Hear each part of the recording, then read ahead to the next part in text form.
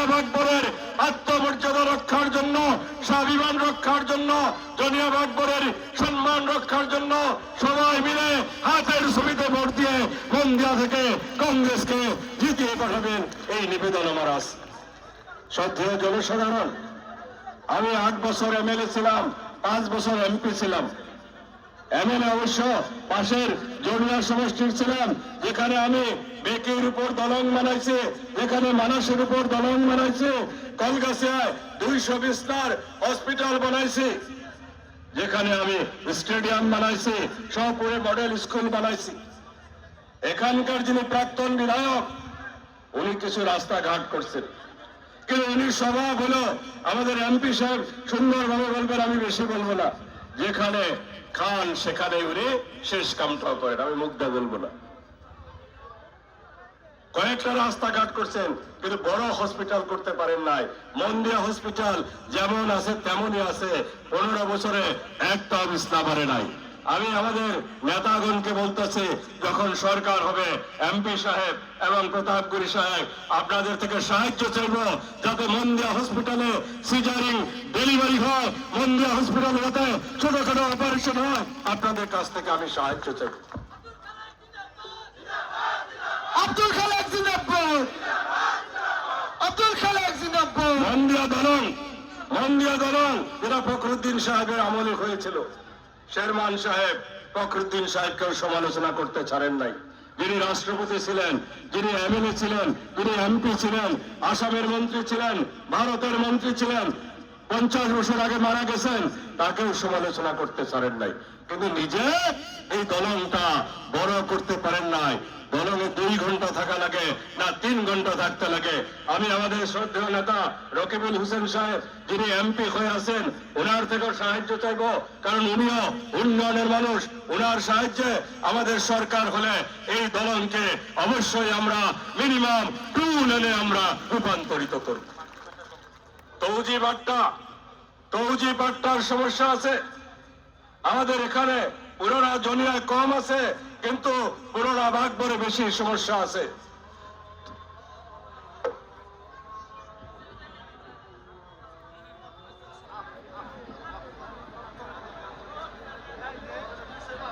সভাপতি সাহেব, মুরব্বিয়ান সমাজ, ভাই বন্ধুগণ, যুবক বন্ধুরা আর আদরের মা বোনেরা, এই তৌজি পাট্টার মাটি, এই তৌজি পাট্টার মাটি বিজেপি সরকার হওয়ার পর থেকে 10 বছর ধরে খাজনা নিতেছে না। বিধানসভায় প্রথম গিয়ে বলবো কেন খাজনা নেওয়া হবে না, খাজনা নিতেই হবে, খাজনা নিতেই হবে। আর তার জন্য আমরা সরকার করতে হবে, এখানে আমি তো থাকবই। আর এই যে সরকারকে পরিচালনা শক্তি আমাদের মুখ্যমন্ত্রী হবে গৌরব গগৈ, আর আমাদের এমপি, আমাদের মাইনরিটি ডিপার্টমেন্টের চেয়ারম্যান, এনাদেরও সাহায্য নিব, যাতে তৌজি পাট্টা যাদের আছে তারা যাতে 1 বছরের ভিতরে খাজনা দিতে পারেন, সেই ব্যবস্থা নতুন সরকার, কংগ্রেসের সরকার করবে। এখানে অ্যালোটি মাটির সমস্যা আছে, মাটি কেউ বেদখল করে নাই, কিন্তু অ্যালোটি মাটি আছে, কেউ কিনে নিছে। এই অ্যালোটি মাটির সমস্যা পর্যায়ক্রমে সমাধানের চেষ্টা করব।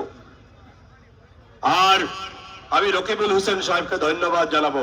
অনেকে জানেন না, কারণ আমিও বিধায়ক ছিলাম, আমার আগে থেকে উনিও বিধায়ক মন্ত্রী। যখনই এনআরসির কেস আসে, ডি ভোটারের কেস আসে, রকিবুল হোসেন সাহেব আমাদের সবাইকে ডাইকা নেয়। কোন সময় আমসুকে লাগায়, কোন সময় জমিয়ত উলেমাকে লাগায়, কোন সময় কোন গারো সংগঠনকে লাগায়, কোন সময় কোন ট্রাইবেল সংগঠনকে লাগায়। আর লাগায়া কিভাবে এই কেসের নিষ্পত্তি করা যায়, কিভাবে মানুষের ইনসাফ দেওয়া যায়, উনি এই নেতৃত্ব দিয়ে আসছেন। আমি যেহেতু এই কথাটা জানি, আজকে আমি রাজুয়া ভাবে ওনার শুকরিয়া আদায় করতেছি, কারণ উনি গোপনে অনেক কাজ করেন যেটা আপনারা অনেকেই জানেন না। আমরা সব সময় মজলুম মানুষের, লাঞ্ছিত মানুষের, বঞ্চিত মানুষের পক্ষে আমরা থাকবো, আসি। সেই ওয়াদা আগেও ছিল, এখনো আছে। 5 বছর আমি আপনাদের এমপি ছিলাম, ভুল আমার হতেই পারে, সেই ভুলের জন্য মাপ চাইছি, কিন্তু এমপি হিসাবে কোনো কাজ করিস না এমন না।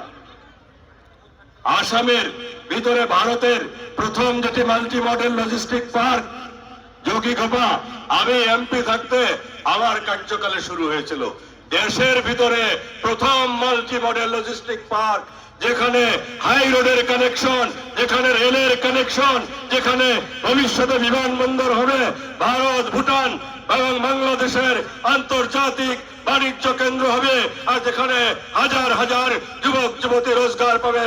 আর আমার দৃঢ় বিশ্বাস আছে আমাদের নতুন এমপি উনি ভিজিটও করছেন, গাড়িটা এখন ধুবড়িতে পড়ছে, আর এই আন্তর্জাতিক বাণিজ্য কেন্দ্র উনার এমপি পিরিয়ডে সম্পূর্ণ হয়ে উঠবে, আর এটা আমাদের জন্য গৌরবের কথা হবে।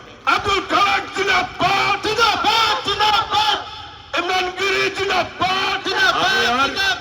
আমি আর লম্বা চূড়া বলবো না, জিন্দাবাদ জিন্দাবাদ আমি আর লম্বা চূড়া বলবো না।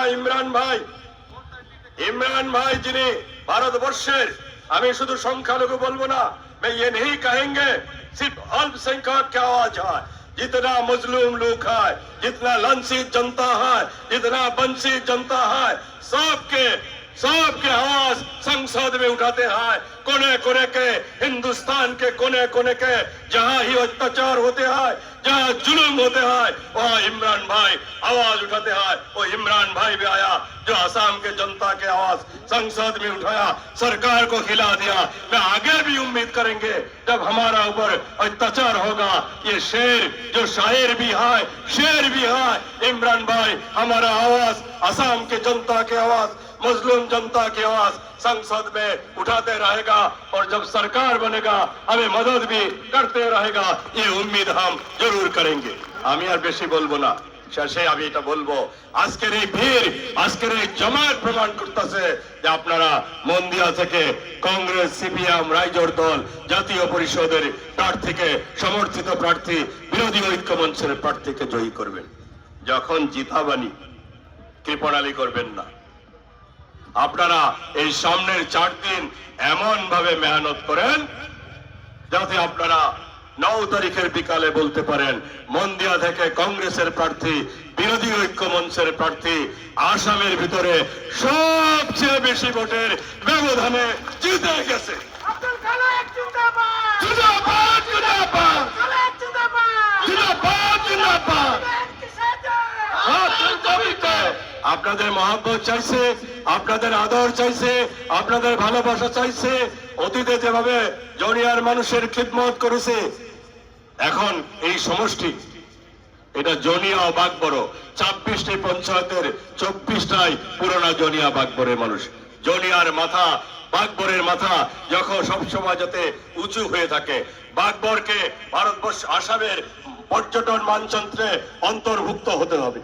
এটা আমার দায়িত্ব।